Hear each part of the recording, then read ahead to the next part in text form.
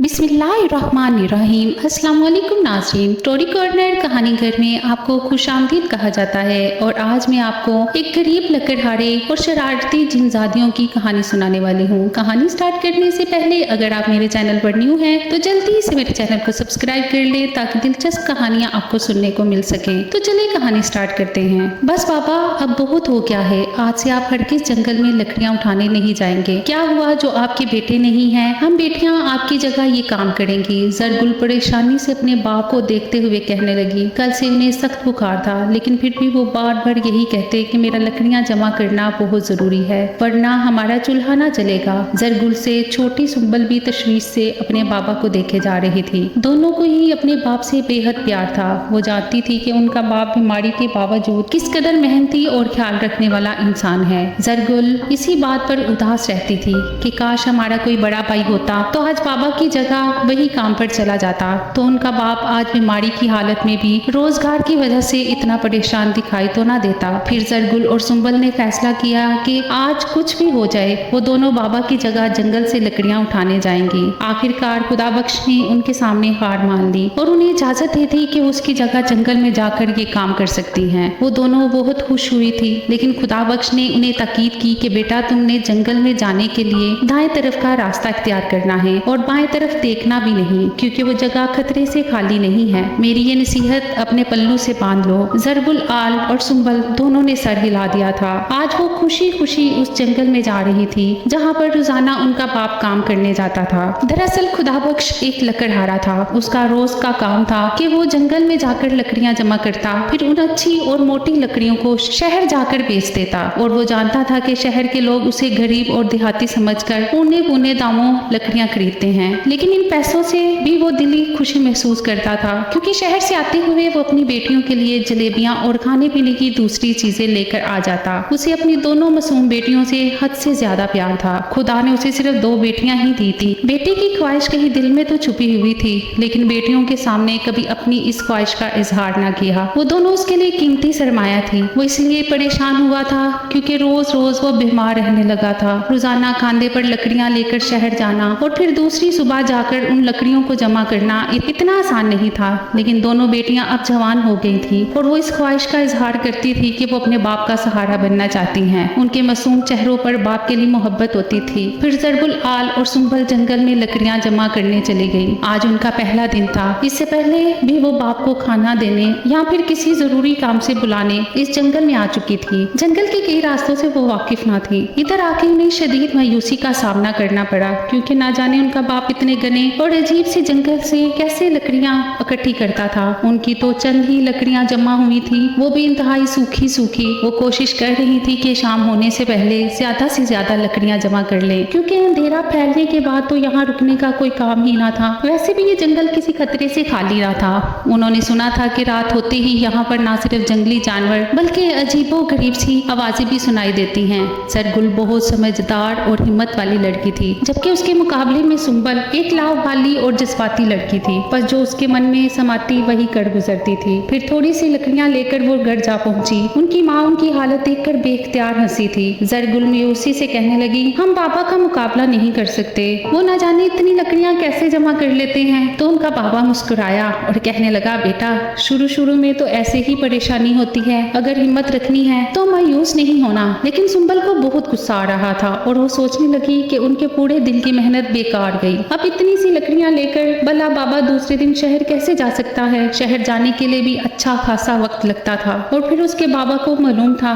कि ये लकड़ियां बिल्कुल ही कम दामों में फरोख्त होंगी। दोनों बहनें फिर से लकड़ियां जमा करने जंगल जा पहुंची थी। ये जंगल एक तरफ से तो हरियाली से भरा हुआ था, तो दूसरी तरफ अजीब सी वीरानी और सुनाटे का राज था। वहाँ दरख्तों का इतना रश था कि कोई इंसान वहाँ जाए तो खड़ा हुआ नजर भी ना आए। इसीलिए उसके बाबा ने सख्ती से ताकीद की थी कि उस तरफ जाने की जरूरत नहीं, वहाँ का रास्ता भूल भुलैया है, कहीं जाकर खो ना जाओ। लेकिन सुंबल को इंतहाई गुस्सा आया हुआ था, क्योंकि आज की मेहनत भी बेकार गई थी। चंद लकड़ियों के सिवा दोनों बहनें लकड़ियां जमा ही ना कर पाईं। फिर वो जरगुल से नजर बचाकर इन्हीं दरख्तों की तरफ चली गई, क्योंकि उसे मालूम था कि दरख्तों की मोटी मोटी टहनियां और शाखें इस तरफ जरूर पड़ी हुई होंगी। सूखी हुई ये लकड़ियां उनकी जरूरत थी, उनका रोजगार था, इसलिए तो वो कल वाली मायूसी लेकर घर जाना नहीं चाहती थी। फिर वो हैरान रह के ये जंगल जंगल तो लकड़ियों से भरा पड़ा हुआ था। दिल इतना खुश हुआ कि जल्दी जल्दी वो सारी लकड़ियां समेटने लगी। उसने थोड़ी ही देर में ढेर सारी लकड़ियां जमा कर ली थी। जरगुल ने उसे इस तरफ आते हुए देख लिया था। वो गुस्से से सुंबल के पास आई और कहने लगी, बाबा ने मना किया था ना इस तरफ आने से, तुम यहाँ पर क्यों आई हो? तो सुंबल जोश से कहने लगी, देखो यहाँ पर कितनी लकड़ियां पड़ी हैं और हम पागलों की तरह उस खाली जंगल में लकड़ियां ढूंढते फिर रहे हैं। यकीनन बाबा यहीं से लकड़ियां जमा करके ले जाते होंगे। हो सकता है कि बाबा ने हमें इस तरफ जाने से मना किया हो और इस तरफ आने का कहा हो। तुम्हें ठीक से याद तो है ना? उसे बेवकूफ समझते हुए दोबारा से लकड़ियां जमा करने लगी। जरगुल ने भी जब इतनी मोटी मोटी और शानदार लकड़ियां देखी तो वो भी उसके साथ वो लकड़ियां जमा करने में मसरूफ हो गई। लेकिन जैसे ही दोनों बहनों ने पलट कर देखा तो उनके पांव तले से जमीन निकल गई, क्योंकि उनकी जमा की हुई सारी लकड़ियां आना फाना गायब हो गई थी। दोनों खौफ से कांपने लगे। जरगुल डरते डरते अपनी बहन से कहने लगी, मैं कह रही थी ना इस तरफ आना खतरे से खाली नहीं। ये देखो हमारी सारी जमा की हुई लकड़ियां कहाँ चली गई हैं? यहाँ पर जरूर कुछ है। दोनों बहनें इंतहाई डर रही थी क्योंकि मगरिब का वक्त होने वाला था। जंगल में थोड़ा अंधेरा भी हो गया था। तभी उन्हें अचानक जोर जोर से हंसने की आवाजें आने लगी। ऐसे लगता जैसे दोनों लड़कियां मिलकर कह के लगा रही हों। सुंबल घबराते हुए कहने लगी, कौन है यहाँ? देखो हमारी जमा की हुई लकड़ियां हमें वापस दे दो कि हमने बहुत मेहनत से जमा की हैं। और वो पहले ही जज्बाती लड़की थी, इसलिए उसे गुस्सा भी आया था कि कौन उनके साथ ऐसी हरकतें करके हंस रहा है। तभी एक डरावनी सी आवाज आई। वो आवाज भी नस्वानी थी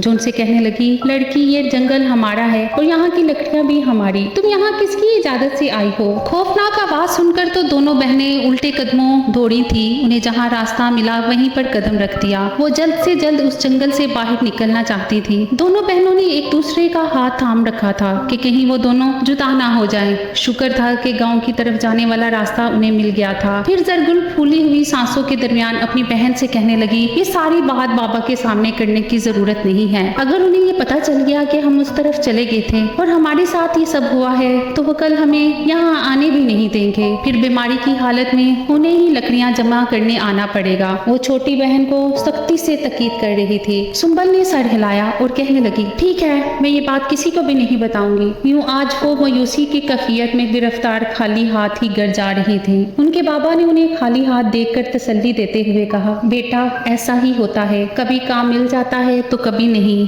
दिल छोटा करने की जरूरत नहीं है। मुझे उम्मीद है तुम बहुत जल्द मेरा काम सीख लोगे। लेकिन फिर उन्हें एक बुरी खबर सुनने को मिली। जब बाबा के सो जाने के बाद उनकी माँ कहने लगी, आज गांव का डॉक्टर आया था तुम्हारे बाबा का चेकअप करने। वो कह रहा था कि तुम्हारे बाबा को महंगे इलाज की जरूरत है। अगर हमने इलाज नहीं करवाया तो उनकी जिंदगी की कोई उम्मीद नहीं। उनकी माँ रोते हुए ये सब कह रही थी। दोनों बहनों ने अपने दिल थाम लिए। अपने बाबा के बगैर तो जिंदगी का वो तसव्वुर भी नहीं कर सकती थी। फिर रात को दोनों बिस्तर पर लेटी तो कहने लगी, अब हमें दिल लगाकर काम करना होगा। हमें इतने पैसे जमा करना होंगे कि हम अपने बाबा का इलाज करवा सके। वो दोनों मुस्तकबिल के सुहाने ख्वाब सजाती गहरी नींद सो गई थी। दूसरी सुबह उन्होंने फैसला कर लिया था कि वो जंगल किस तरफ हरगिज न जाएंगी जहाँ पर वो कल अजीबो गरीब वाक़या उनके साथ पेश आया था। फिर थोड़ी देर में वो शदीद मायूसी की कैफियत में गिरफ्तार हो गई थी। जब 2-3 घंटे के बावजूद भी उनके हाथ कोई लकड़ी ना लगी थी। छोटी मोटी टहनियां ही जमीन पर पड़ी हुई थी। सुंबल आज भी ललचाई हुई नजरों से उस खौफनाक जंगल की तरफ जाने वाले रास्ते को देख रही थी, जहाँ मोटी लकड़ियां वो अपनी आंखों के सामने देखकर उन्हें उठाने की ख्वाहिश दिल ही दिल में पाले हुए थी। उसका दिल बार बार वहां जाने को मचल रहा था, लेकिन जरगुल से भी डर लगता था। फिर वो उसे डांट देती कि कल भी तुम्हारे साथ ये सब हुआ और आज फिर तुम वही हरकत कर रही हो।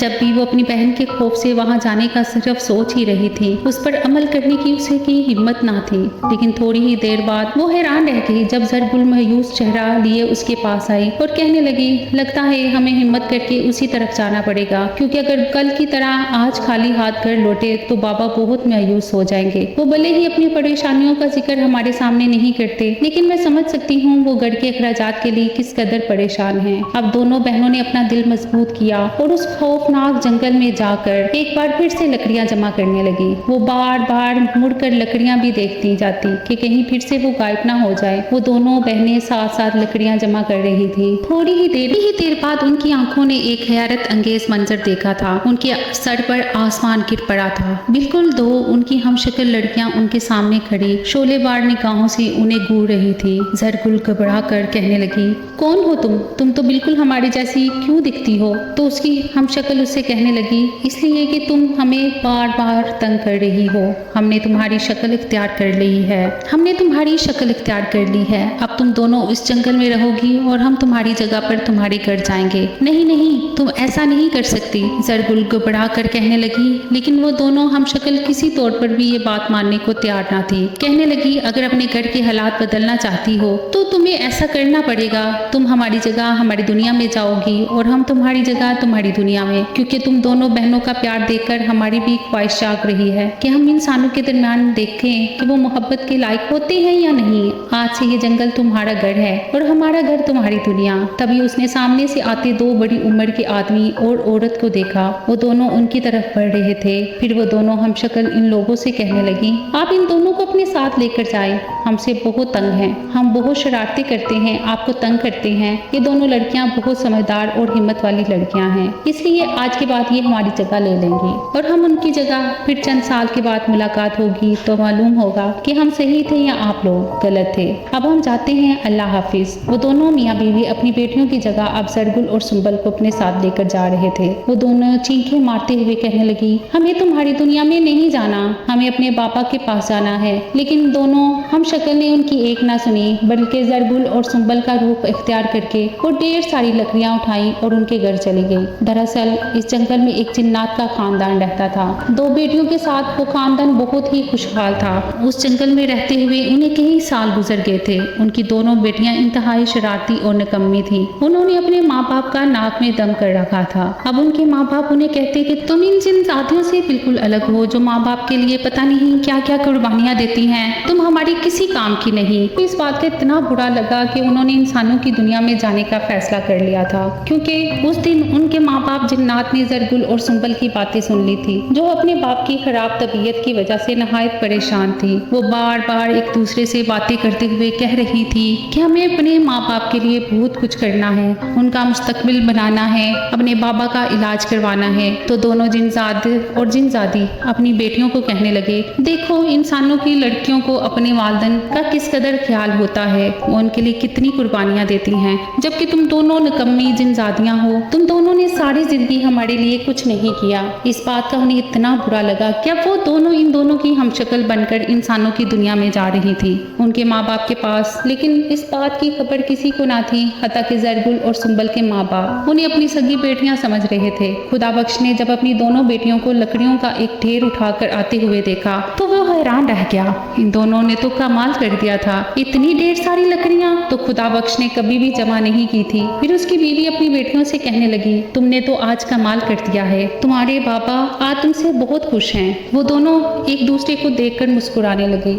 फिर ज़रगुल इंतहाई बदतमीजी से कहने लगी, अब हम इतना काम करके आए हैं, खाने के लिए तो कुछ दे दो। खुदा बख्श की बीवी नसीब उसके बदतमीज लहजे पर हैरान रह गई। खुद ही उन्हें इस रवैये की तवक्को ना थी। वो कहने लगी, हाँ हाँ मेरी बेटी, मैं अब भी तुम्हारे खाने के लिए कुछ लाती हूँ। ये कहकर उसने बनाया हुआ सालन और रोटी उन दोनों के आगे रख दी। क्योंकि ढेर सारी लकड़ियां लाने की वजह से दोनों बहनें इंतहाई थक चुकी थी, इसलिए बिस्तर पर लेटकर गधे घोड़े बेचकर सो गई। खुदा बख्श और उसकी बीवी हैरान रह के, क्योंकि वो दोनों तो कभी उनकी खिदमत किए बिना सोती ही ना थी। लेकिन आज उनके अंदर एक अजीब सी तब्दीली महसूस हो रही थी। दूसरी सुबह खुदा बख्श की बीवी ने अपनी दोनों बेटियों को झंझोड़ कर उठाया था। वो दोनों कहने लगी, आज भी हमें वहाँ लकड़ियाँ जमा करने जाना होगा। तो खुदा बख्श कहने लगा, तुमने तो खुद ही तो वादा किया था कि तुम रोजाना मेरी जगह वहाँ जाओगी। अब देखो मैं तो एक बीमार आदमी हूँ, कल मैं वो सारी लकड़ियाँ बेच कर आया था, उनसे अच्छी खासी कमाई हुई थी। अब चंद पैसे जमा हो जाएंगे